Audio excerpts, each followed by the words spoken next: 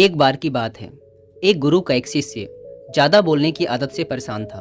वह जब भी किसी से मिलता तो मिलने के बाद अपने मित्रों के सामने उस इंसान के बारे में अपने विचार देना शुरू कर देता। उससे कोई पूछे या ना पूछे, वह अपने आसपास की लगभग हर चीज़ के बारे में अपनी राय बता देता।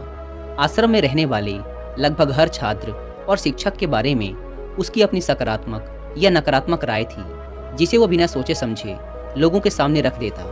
जब भी आश्रम में रहने वाला कोई दूसरा छात्र अपनी कोई समस्या लेकर उसके पास आता तो वह उसकी पूरी बात सुने बिना ही उसे सलाह देना शुरू कर देता। वह अक्सर अपने मित्रों से कहता रहता कि तुम्हें ये काम ऐसे करना चाहिए था, वो काम ऐसे करना चाहिए था। उसे अपनी आसपास की चीज़ों के बारे में जो भी आधा अधूरा ज्ञान था, मित्रों के बीच गपशप के समय वह बोल बोल कर अपने उस ज्ञान का दिखावा करता। उसकी इन हरकतों की वजह से आश्रम का कोई भी छात्र या शिक्षक उसे गंभीरता से नहीं लेता था। अक्सर उसके साथ पढ़ने वाले छात्र उससे दूर रहने की कोशिश करते, क्योंकि वह हर बात पे उन्हें सलाह देने लग जाता था। कोई भी उसे अपना मित्र नहीं बनाना चाहता था, सब उससे दूर रहना ही पसंद करते थे। और अक्सर आश्रम में रहने वाले दूसरे छात्र उसकी पीठ पीछे उसकी इन आदतों की वजह से उसका मजाक बनाते। उस लड़के को भी पता था कि उसकी ज़्यादा बोलने की आदत की वजह से कोई भी उसे पसंद नहीं करता। वो भी अपनी इस आदत को बदलना चाहता था, लेकिन वो चाह कर भी हर बात पे अपनी राय देने की आदत को छोड़ नहीं पा रहा था। एक दिन वो अपने गुरु के पास गया और अपनी सारी समस्या गुरु को बताई। गुरु ने कहा, बेटा, ज़्यादा वही इंसान बोलता है जिसे लगता है कि वो सब कुछ जानता है। ऐसा इंसान जो ये मानता है कि वो बहुत थोड़ा ही जानता है और अभी ऐसा बहुत कुछ है जो उसे सीखना है। वो कभी भी ज़रूरत से ज़्यादा नहीं बोलता और ना ही बिना मांगे किसी को राय देता। इसलिए पहले खुद के अंदर से ये अभिमान हटाओ कि तुम्हें सब कुछ पता है। शिष्य ने गुरु के सामने अपना सिर झुका दिया। गुरु ने कहा, बेटे, मैं एक दिन में तुम्हारी ज़्यादा बोलने की आदत को ख़त्म तो नहीं कर सकता। ये आदत तुम्हें खुद ही अपने अंदर धीरे धीरे कम करनी होगी। लेकिन मैं तुम्हें ये ज़रूर बता सकता हूँ कि किन मौक़ों पर तुम्हें शांत रहना चाहिए, ताकि तुम खुद को दुखी होने और किसी बड़ी मुसीबत में पड़ने से बचा सको। शिष्य ने गुरु की बातों से सहमति दिखाते हुए अपना सिर हाँ में हिला दिया। गुरु ने कहा, बेटे, इन 5 मौक़ों पर हर इंसान को अपना मुंह बंद रखना चाहिए। पहला, जब तुम्हें लगे कि कोई तुम्हारी भावनाओं को तुम्हारे शब्दों से नहीं समझ सकता, उस समय तुम्हें चुप रहना चाहिए।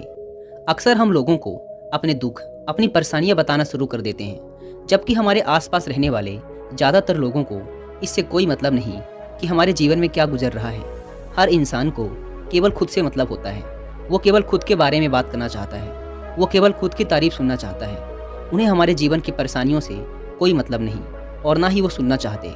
हो सकता है कि 1 या 2 बार वो तुम्हारी दुख भरी कहानी सुन भी लें, लेकिन उसके बाद वो तुमसे दूर भागना शुरू कर देंगे, क्योंकि कोई भी किसी दुखी और असहाय इंसान के साथ रहना पसंद नहीं करता।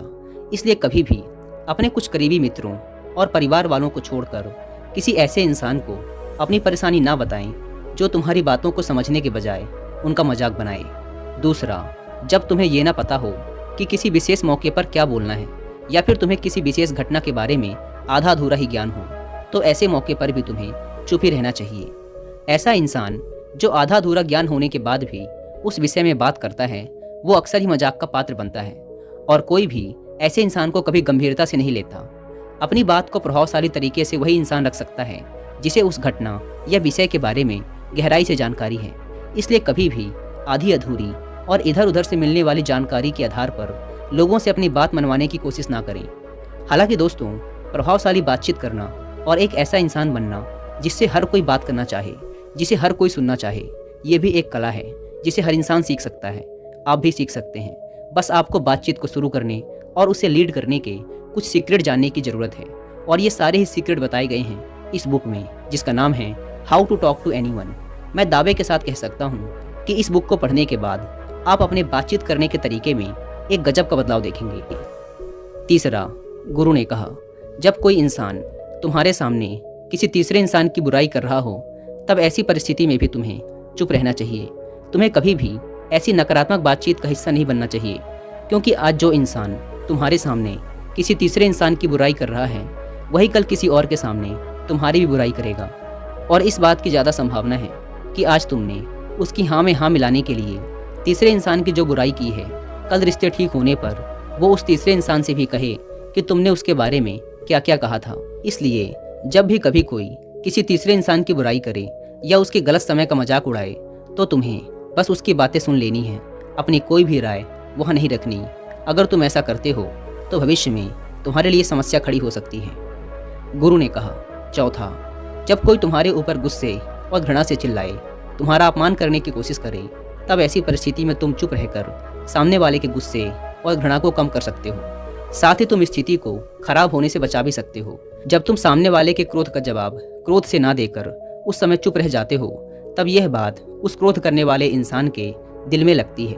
गुस्सा कम होने पर उसे अपनी गलती पर पछतावा होता है और ज़्यादा संभावना है कि वो अपनी गलती के लिए तुमसे क्षमा मांगे, और क्षमा नहीं भी मांगता तो वह अंदर ही अंदर खुद को दोषी समझने लगता है और फिर वह अगली बार तुम पे गुस्सा करने व घृणा करने से पहले कई बार सोचेगा।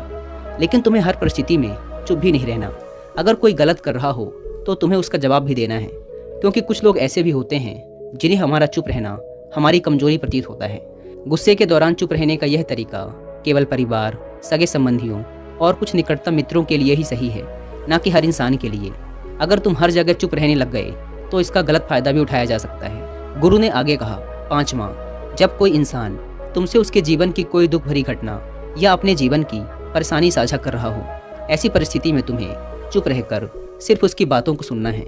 ज़्यादातर लोग ऐसे होते हैं कि किसी ने उनके सामने अपनी समस्या सुनाई नहीं कि उन्होंने समाधान देना शुरू कर दिया। जबकि जब कोई इंसान हमसे अपनी परेशानी साझा कर रहा होता है तो वो हमसे किसी सुझाव की उम्मीद नहीं करता। वो बस ये चाहता है कि हम उसकी पूरी बात ध्यान से सुन लें, क्योंकि जब हम किसी की परेशानी को ध्यान से पूरा सुन लेते हैं तो उस इंसान को एक आत्मिक शांति मिलती है। उसे ऐसा लगता है कि चलो किसी ने तो मेरी बात को समझा। अधिकतर मौक़ों पर जब लोग हमसे अपनी परेशानी साझा करते हैं तो वो बस हमें अपनी बात बताना चाहते हैं। वो ये नहीं चाहते कि हम उन्हें सलाह देना शुरू कर दें, क्योंकि जो सलाह हम उन्हें देने वाले हैं वो सब उन्हें पहले से ही पता है। परेशानी के समय में किसी इंसान को सांत्वना देने का सबसे अच्छा तरीका है कि हम बस उस इंसान की पूरी बात को ध्यान से सुन लें। जब हम लोगों की बातों को बिना उन्हें बीच में रोके और बिना किसी सलाह दिए पूरे ध्यान से सुनते हैं तो उनकी नज़रों में हमारे लिए सम्मान और स्नेह का भाव पैदा हो जाता है। हम ज़्यादा गंभीर, समझदार और शांत दिमाग वाले इंसान प्रतीत होते हैं। इसलिए अब जब भी अगली बार तुम्हें कोई अपनी परेशानी बताए तो बस उनकी बातों को ध्यान से सुन लेना, और जब तक वो तुमसे ना मांगे तो उन्हें किसी भी प्रकार की सलाह मत देना।